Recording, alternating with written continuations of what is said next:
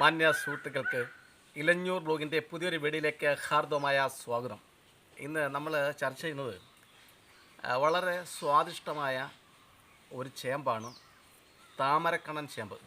താമരക്കണ്ണൻ ചേമ്പ് പഴയ കാലം മുതൽ തന്നെ നമ്മൾ കൃഷി ചെയ്ത് വരുന്ന ഒരെണ്ണം ചേമ്പാണ്. താമരക്കണ്ണൻ ചേമ്പിൻ്റെ ഒരു പ്രത്യേകത എന്ന് വെച്ചാൽ നീല ഇലകളുള്ള ചേമ്പുമുണ്ട്, ഒപ്പം പച്ച ഇലകളുള്ള ചേമ്പുമുണ്ട്. ഇതിൻ്റെ ഇലകൾക്ക് താമരയുടെ ഇലയോട് സാദൃശ്യമുണ്ട്. അതുകൊണ്ടാണ് താമരക്കണ്ണൻ ചേമ്പ് എന്ന പേര് വന്നതെന്നാണ് ഞാൻ അനുമാനിക്കുന്നത്. ഇപ്പോൾ മറ്റൊരു സംഗതി വെച്ചാൽ ഇത് മറ്റ് നമ്മുടെ ചെറിയേമ്പിനെയൊക്കെ അപേക്ഷിച്ച് വലിയ ചേമ്പിൻ്റെ വിത്തുകളാണ്. അതുപോലെ തന്നെ ഇതിൻ്റെ ഈ കടയെന്ന് പറയുമ്പോൾ ഈ വിത്തുണ്ടാവുന്ന ഇതും നമുക്ക് ഭക്ഷ്യയോഗ്യമാണ്, നല്ല സ്വാദിഷ്ടമാണ്. അപ്പം ചേമ്പ് ഒക്കെ ഇന്ന് അന്യം നിന്ന് പോയിക്കൊണ്ടിരിക്കുകയാണ്. പ്രത്യേകിച്ചും എത്രയും ചേമ്പുണ്ട്. താമരക്കണ്ണൻ ചേമ്പ് തന്നെ 2 ഇനമുണ്ട്. അതുപോലെ തന്നെ ചെറുചേമ്പ്, ചെറിയ വിത്തുകൾ ഉണ്ടാകുന്ന ചെറുചേമ്പുണ്ട്. പിന്നെ ചീമച്ചേമ്പുണ്ട്. അതുപോലെ തന്നെ വലിയ വിത്തുകളുണ്ടാകുന്ന കൊട്ടച്ചേമ്പുണ്ട്. അതായത് എവിടെ കൊണ്ട് നട്ടാലും കിളയ്ക്കുന്ന ഒരു കൊട്ട ചേമ്പിൻ്റെ വിത്ത് കിട്ടും. അതിൻ്റെയും ഇതേപോലെയുള്ള തടകൾ ഭക്ഷ്യയോഗ്യമാണ്. അങ്ങനെയൊക്കെയുള്ള നിരവധി ചേമ്പിനങ്ങളുണ്ട്. ചേമ്പിൻ്റെ ഒരു പ്രത്യേകത വെച്ചാൽ ഈ വിത്തുകൾ മാത്രമല്ല, ഈ ചീമച്ചേമ്പ് പോലെയുള്ള ചേമ്പിൻ്റെ അതിൻ്റെ ഇലകളുടെ തണ്ട് ഒക്കെ നമുക്ക് തോരനൊക്കെ ആക്കി കഴിക്കുന്നതാണ്.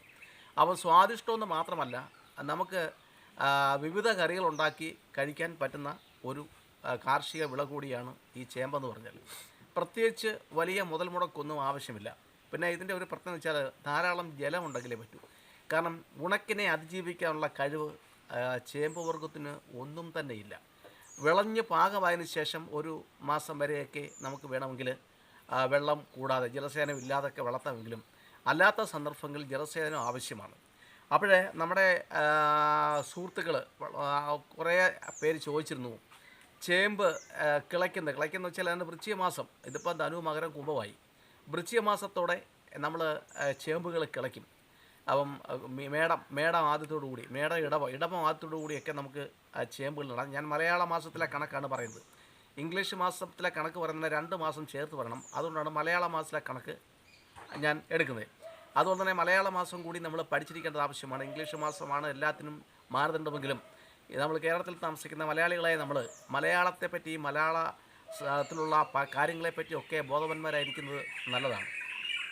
സംസാരത്തിലും എഴുത്തിലും ഒക്കെ ഇംഗ്ലീഷ് കടന്നുകൂടുന്നുണ്ട് എന്നുള്ളതൊരു സത്യമാണെങ്കിലും കർക്കിടകം മുതൽ ചിങ്ങം വരെ, ചിങ്ങം, കന്നി, തുലാം, വൃശ്ചികം, ധനു, മകരം, കുംഭം, മീനം, മേടം, ഇടവം, മിഥുനം, കർക്കിടകം, ഈ മാസങ്ങളൊക്കെ നമ്മൾ അതിരിക്കേണ്ടത്. അപ്പോൾ ഇടവം ആദ്യത്തോടു കൂടിയാണ് നമ്മൾ ചേമ്പൊക്കെ നടേണ്ടത്. കാരണം എന്ന് വെച്ചാൽ ഇതിന് കിളിക്കാനും വളരാനും വിത്തുകൾ പിടിക്കാനും ഒക്കെ വെള്ളം ആവശ്യമാണ്.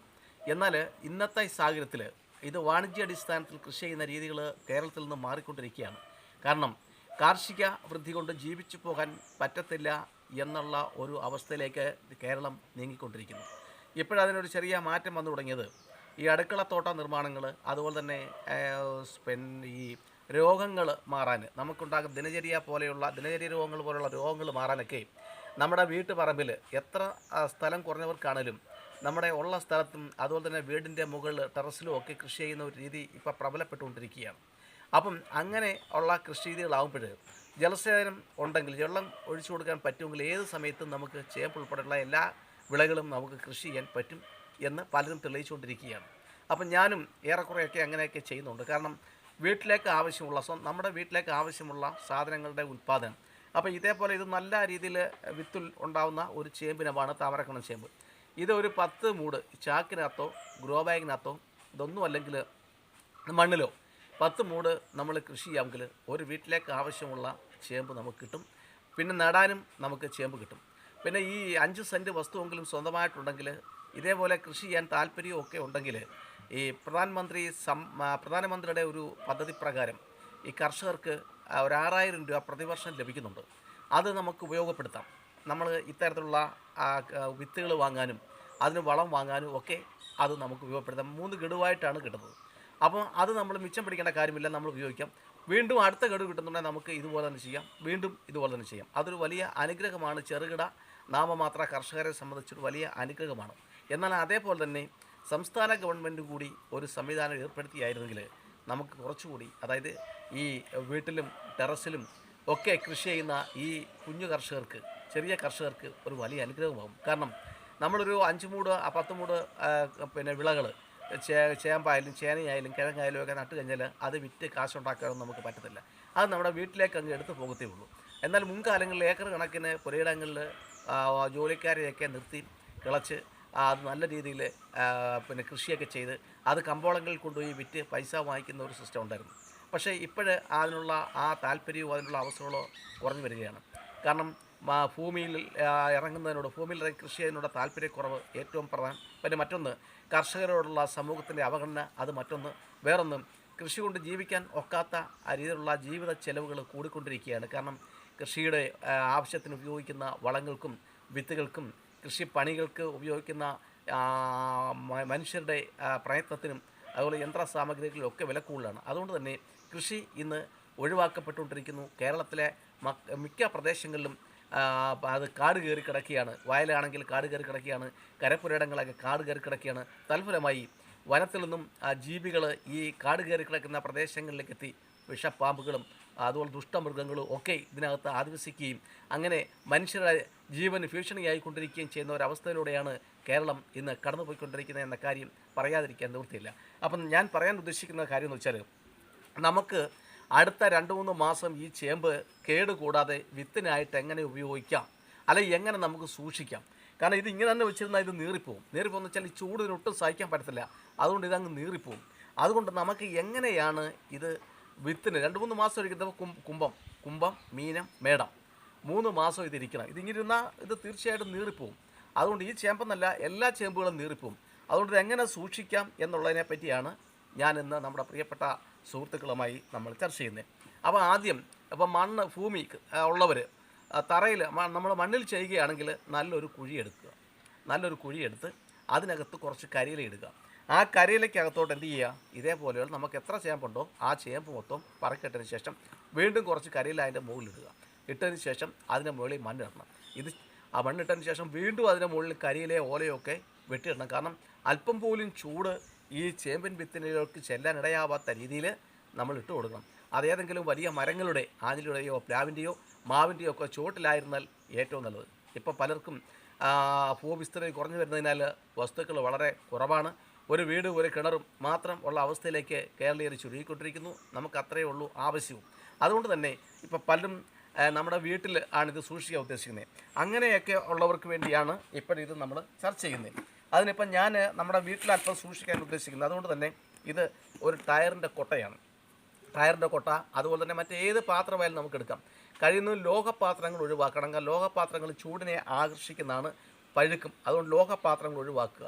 ടയറിൻ്റെ കൊട്ട, അതുപോലെ തന്നെ ഈറ മുള ചൂരലുകൊണ്ടുള്ള പാത്രങ്ങൾ, അതുപോലെ തന്നെ പ്ലാസ്റ്റിക് പാത്രങ്ങളായാലും കുഴപ്പമില്ല. പിന്നെ ഓല കൊണ്ടൊക്കെ ഉണ്ടാക്കാൻ അറിയാവുന്ന ഒക്കെ ഉണ്ടോ അതൊക്കെ ഉണ്ടാക്കാം. അതിനുശേഷം നമ്മൾ ഇതിനകത്ത് എന്ത് ചെയ്യാം, ഇത് ഈ വാഴയുടെ ഉണങ്ങിയ ഇലയാണ്. ഇതിന് പല പ്രദേശങ്ങളിലും പല പേരുകൾ പറയും. ഇവിടെയൊക്കെ ഇതിന് വാഴക്കച്ചി എന്നാണ് പറയുന്നത്. അപ്പോൾ ഇത് നമ്മൾ എടുത്തുകൊണ്ട് ഇതിനകത്തോട് ചൂട് വെക്കും. ഇതിന് ചൂടിനെ ചേർക്കാനുള്ള പ്രത്യേകമായ ഒരു കഴിവുണ്ട്. ചൂടിനെ വെള്ളത്തെയും ചേർക്കും, വെള്ളത്തെ കടത്തി വിടത്തില്ല. ഇങ്ങനെ നമ്മൾ ഇതിനകത്ത് ഇത് വെക്കും.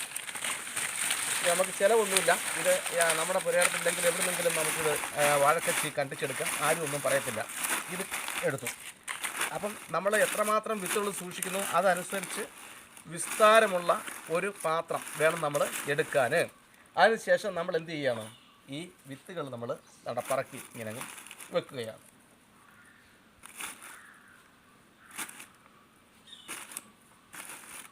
പറക്കി വെച്ചു. ഇനി ഇതിന് ശേഷം കുറച്ച് ഇല, അത് വാഴക്കച്ചി ഉണ്ടെങ്കിൽ അതാണ് നല്ലത്. വാഴക്കച്ചി ഇല്ലെങ്കിൽ ഏത് ഉണങ്ങിയ ഇലയായാലും മതി. എനിക്കിവിടെ വാഴക്കച്ചി ഉണ്ടെങ്കിലും ഞാൻ കുറച്ച് മറ്റില കിട്ടി, അതുകൊണ്ട് ഇതങ്ങ് ഇടുവാണ്. ചൂടിനെ കടത്തി വിടാത്ത ഇല, ഉണങ്ങിയ കരിയിലയായിരിക്കണം നല്ലത്. ഇങ്ങനെ കരിയില കൊണ്ട് നമ്മളങ്ങ് പോന്നു. ഇനി ഒരു കാരണവശാലും ഇത് തണലുള്ള സ്ഥലത്തായിരിക്കണം വെക്കേണ്ടത്. നമ്മുടെ മുറിക്കകത്തോ അതല്ലെങ്കിൽ എർത്തിലോ അങ്ങനെയൊക്കെയുള്ള എവിടെയെങ്കിലും വേണം നമ്മൾ ഇത് വയ്ക്കാൻ. വെയിലും മഴയും ഒരുപക്ഷെ മഴ പെയ്താലും ആ വെള്ളം ഇതിനകത്ത് താഴരുത്, ആ രീതിയിൽ വേണം നമ്മളിത് വയ്ക്കാൻ. ഇനി നമ്മൾ എന്ത് ചെയ്യണം, ഇതിൻ്റെ മുകളിൽ കുറച്ച് മണ്ണ് നമ്മൾ ഇടാൻ പോവുകയാണ്. മണ്ണ്